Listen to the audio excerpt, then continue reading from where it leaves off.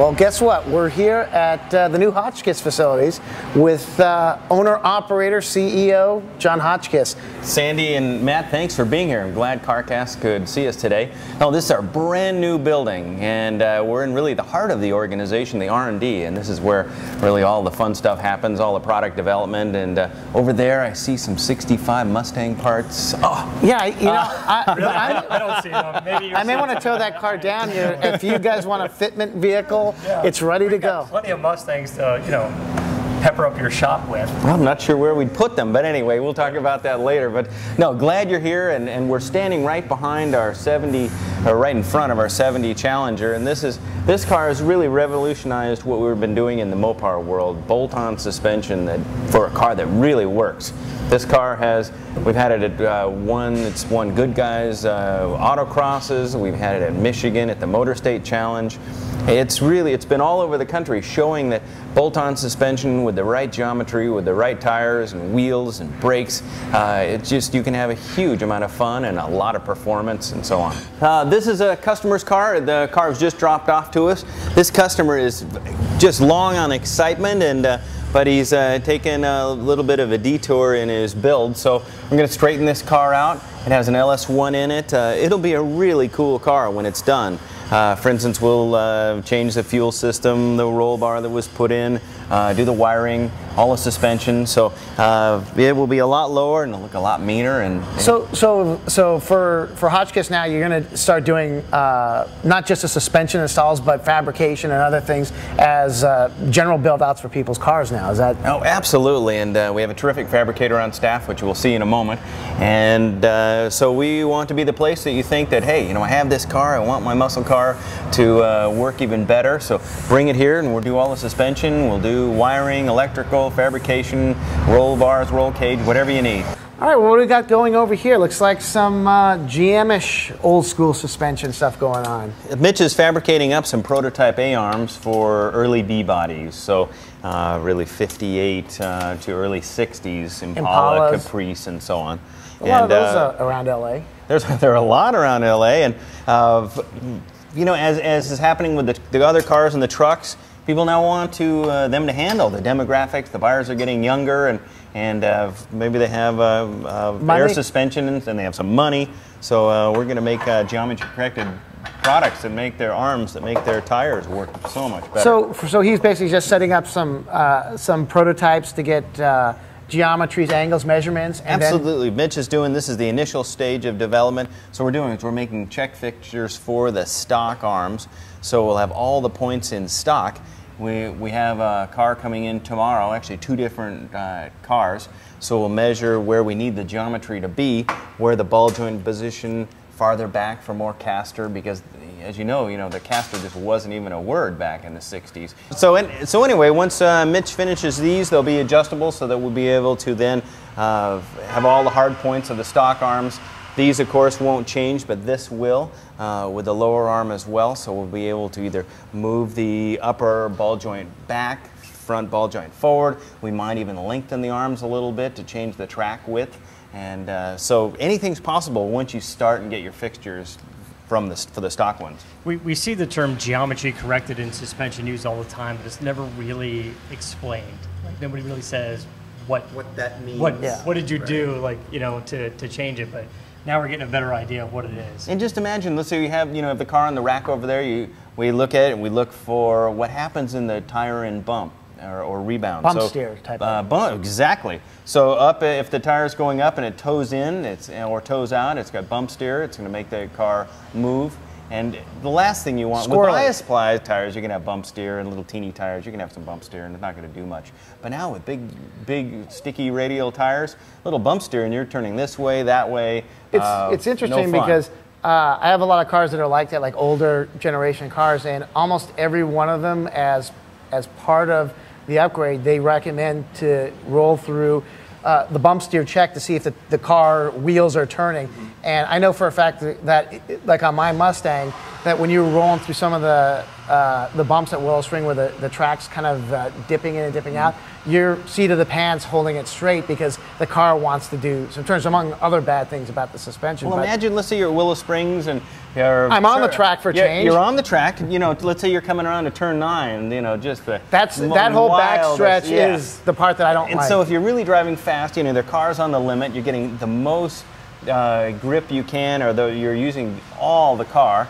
Well, if it has some bump steer, it's taking you in a different direction. You're getting scary. Real scary. Into the wall, into the... Right, nobody wants to go across the dirt at Willow Springs or anywhere. No. So then we take the car, we measure the stock suspension, then we know where it is, so that when we then make our A-arms, we can then go back to the car and say, okay, where should it be? Where can we move the points so that we can make it geometry corrected? I think it's interesting. I don't think a lot of people, it's a highly mathematical geometry picture, because I've seen online a few of the software packages that determine optimum A-arm length, optimum, everything in its brother, steering arm location, and it's, not throw it together and go. And I see a lot of people that just they buy a piece of suspension, they bolt on a thing from something, then they put some 28-inch rollers on it, and the car looks like it's going to crash before it even rolls. And it's a high science that I don't think people I think are just starting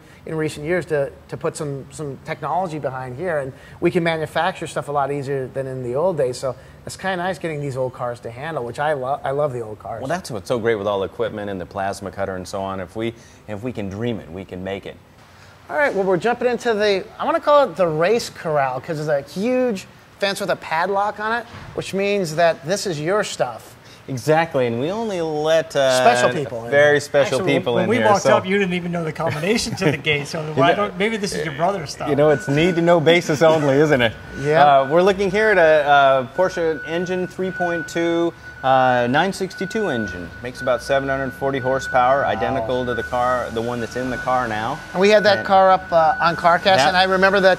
Sadly, I think I had a job at that time, so I couldn't make that one, but I saw the video, and I was so excited that somebody was firing up a race car in our parking lot, because I was early on in the show, and I go, and I like those Hotchkis brothers. They bring a race car, and they spark it. Well, you have to, because you need to hear it and smell it, and what better thing to do? This is just a great engine, and really revolutionized the GTP racing back in the late 80s.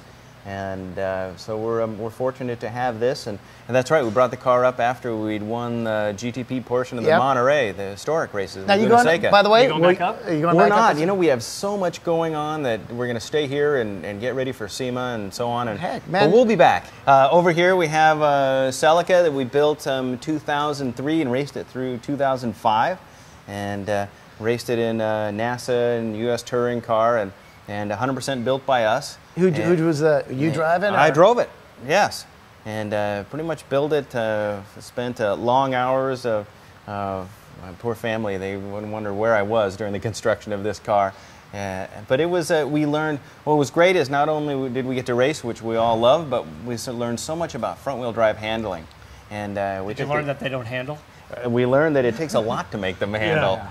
And you really have to consider the back, the rear of the car has to be so stiff, and so that the car rotates, because the more steering input you put in a front-wheel drive car, the slower it goes, because everything is happening with the front wheels, braking, turning, accelerating, and those front tires just, they give up and say, I can't do that. So you get the rear to rotate a bit so you can pull out of a corner. It's funny, with a rear drive car, you want to slide it. You slide it, and you're pushing it. You're pushing it with the rear. When you drive a front-wheel drive car, you keep thinking about pulling out of the corner. Whole different mindset. Tell us a little about this is a 1973 Porsche RSR, and has tremendous history. It's been in our family. My father drove it in IMSA with his friend Bob Kirby, and then also with Dennis Ossie. They took it to 24 Hours of Le Mans in 1977. Probably finished the race. Finished the race, 26th and high up in their class. What was cool, it was the only car, it was the only pure American team in 1977. So anyway, this car being number 77, race at Le Mans 77, it was prepared by Dennis Ossie's shop in Anaheim. It's a great old shop, so much character now. I think there's a mall or something where that used to be. And but we've had it ever since. I raced at Daytona in 1980 in the 24 hours. And boy, just impressive. as a little kid. How did you get your hook into doing? By always suspension? being fascinated about suspension, and again, if you put a microphone in front of a NASCAR driver right now, he's going to say, oh, it was pushing, or it was loose, or it was tight, and it doesn't work, and so on. Not that he didn't have the power, and so back in the racing days, we always were refining suspension, and then I met Dick Gullstrand, and I know you know him, and so I worked there 2.5 years, and really kind of learned what the business was. And suspension was so great because people would modify their engines. The cars would be all over the place, out of control. And crappy suspension. Crappy suspension. They'd modify the suspension. They'd be on the phone to Gullstrand saying, I love this, what a huge improvement. So I just carried that theme on. Was that done in, do you have a facility down near like LA Airport? That was Culver City, Jefferson, and it was Thunder Alley, because Traco was next door. Motors. There was another fabricating place, and years ago, the Reventlow was there, and there were incredible. There's incredible history there. Scarabs were down there. And the dyno, they'd run a Traco, they'd have the water tank, and about 4 o'clock in the afternoon, they'd run the exhaust right out the shop. And I mean, you heard these V8s just right on the rev limiter, 8,000 RPM, and it was really all the old neat Trans time. Am cars that I did. Really neat time. So definitely raced this a lot, but what was really cool is I also learned how to work on cars. I learned how to strip bolts and we could have taught you that. That's right. Learn by doing. Learn by doing. I learned how to make sure the wheels are tight. And so I spent a lot of summers at places like Mid-Ohio and Lime Rock and everything working on this car. And so it has just a ton of history. This is a great car. Now, out of all the cars that you've driven, hands down, which would be your pick of the litter? It's a real toss-up between this one and the car in front. This one, just because it was a car that I worked on for so long before I ever drove anything, and the first time I did any really big-time racing. And it is actually so much fun to drive. The engine's in the back, everything's... Looks like a little bit more comfortable than the 962. Yeah, and this so much so, but it's pretty tail-happy, and when it's set up right and you drive it right, it's just a blast. But there's nothing like 740 horsepower and turbo Well, we can cram that motor in there with a little bit of work. Exactly. So let's go and see the big stuff. All right. What do we have sitting here? Like a prototype something or other? Well, actually, this is one of the displays that we take to shows. We just had it out from the trailer. It was just in Columbus at the Good Guys Columbus show. But now we've been in the fun part. We've been in the R&D area. We've been in the caged race shop, seeing the cool cars. We've seen the finished products, but underneath those cars, but behind you and what you just saw, this is really the heart of the business. This is where people actually work. That's where everybody works. But I mean, that exists to make this happen, and this is where really the business rock and rolls, because the amount of product that we sell, the satisfied customers we have, the improvements to their cars really happens here with the guys who are putting everything together, boxing it all up, and then shipping it out. To answer your question on this was an actual 65 El Camino frame. And it was a little tiny El Camino. A little tiny. People say, we used to actually take it to shows with tires on it, and they say, why don't you put an engine and something in it? But of course, to make it so that it was much more usable, we cut about 4 or 5 feet out of the middle of it, welded it all together. Crazy story. This was a frame from a friend who had it powder coated. He ground a lot of the welds. He just made it beautiful. Got his car together, put it all together, tried to align it. The thing was crooked, bent. From the powder coating? No, from just previous accident, because this corner had been crashed. And unfortunately, he just saw a straight California frame. He thought it was good to go and raring to go. He was so excited about his project, put it all on, and it was bent. Had to take everything apart. So thanks to our great friend Jeff, we have this display frame, and we put all of our parts, the A-arms, upper and lower A-arms, steering kit, sway bar package, shocks, airbags, braces, trailing arms, everything. This is for a 64 to 72 El Camino Chevelle GM A-body. And so it makes a big A-body handle like a Camaro. And it's a huge business of ours. And a lot of those cars on the road. A lot of fun to drive. So we don't offer these parts in blue, but we wanted a good color at shows where we can point exactly to what we have. For instance, this is we call it our trailing arm mountain braces, and this goes between the upper and the lower trailing arm to triangulate, stiffen the rear suspension. So that if you can imagine, without this, the upper arm is here, the lower arm's here. and with more and more power, they could move, they could crack the Should we throw it out, Matt? I got a term stamped here. Metal can probably just really fly. Let's throw it Exactly. out. Smart engineering. Smart engineering. Oh. This is brand new for us, and this is the first one we found a source for these frames, so the subframes, because that story over there, whole frame twisted, what happens to a 67 to 69 subframe? Same thing. Same thing. Plus, maybe it's been fixed or re-welded or bondoed. Brand new subframe made in the same factory that Hondas are made, so that it's really, really nice work. It's all square. It's made out of excellent new material, super strong, absolutely bolt in every piece just like stock. Then we bolt all of our suspension to it, sway bar, steering pieces, A-arms, springs, shocks, our handlebar, which is our chassis bracing. This goes back to the firewall, of course down to the upper A-arm pickups, across where the engine is, so the engine will be here, radiator. And what's so great about this is it gives a whole subframe more substance, really more rigidity in the car. This is a neat deal because this hits it at the point where it's taking the most load, and it's a bolt-on deal. Exactly, and like all of our products, bolt-on. So if you're nervous about, well, I don't want to modify my car, I want its numbers matching even and so on, well, you can always take your stock parts off, put them in a box, put them in the attic or garage, bolt on our stuff, and if you ever want to sell a car, you can put them back on. In a true, let's say, strut, if there's a strut and it goes, the strut tower bracing goes back and forth, some of those will be left and right-hand threads so that you can preload it, you can make it even stronger. And some others are for looks, and some are engineered. Unfortunately, you're right. So if it did flex, it would move. This is the problem I have. They put rod ends, and fixed. So. If there's any of this that's not controlled or tight, or this because that's in the pivot space of the joints, and you're just going, why don't they just make a bar and put a hole? Well, you talked about smart engineering. You know, you have to know what you're trying to control, and that's the number one thing, definitely.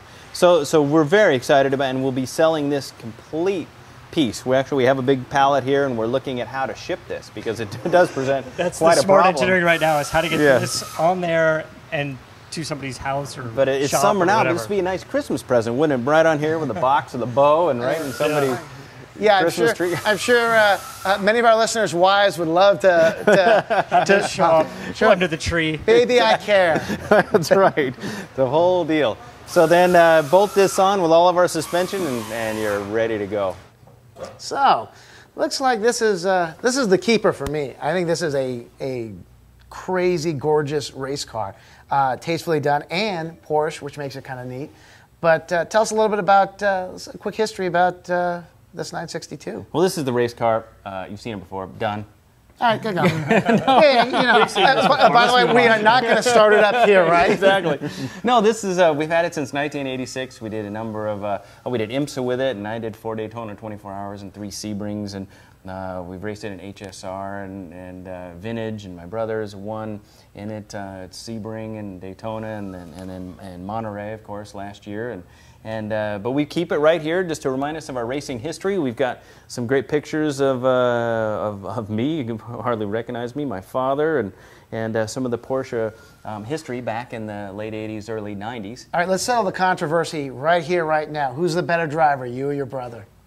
Well, I am, of course. The question is, but if you ask him, he is. Is your dad He's not here. Well, I think we might have to just give it to, both of us to Dad. The dad. Now, I see you doing an engine swap. We can touch on that a little bit. So you're going to drop a Dodge into the Porsche. You know, exactly. I think we might have put it in front. It goes somewhere. No, we have, that was a Ganassi Racing restrictor plate NASCAR engine from 2008. And when they switched to Chevy, I have some friends that work over there, and they said, don't you want to own one of those? They said, get this thing out of here. Exactly. And I said, sure, I'll own one. And all of a sudden, now I own 3. So they'll be going on eBay soon. But it's really fun to have a real NASCAR engine right here, and knowing that was... That's going to the yellow Dodge? You know, it might find one of them might find its way into such a good project. Sounds like a good plan. Great time here at Hotchkis. Throw out your site so people can find your goodies and check out all the... Oh, it's easy. It's just HOTCHKIS.net, Hotchkis.net. And we have cool videos, test results, all the product information, product video instructions, and more. Everything for to learn all about us. And good stuff. And don't forget to check out the CarCast site, and we'll put up the video and links if you guys are too lazy to use Google. Have a great one. Out from CarCast. All right.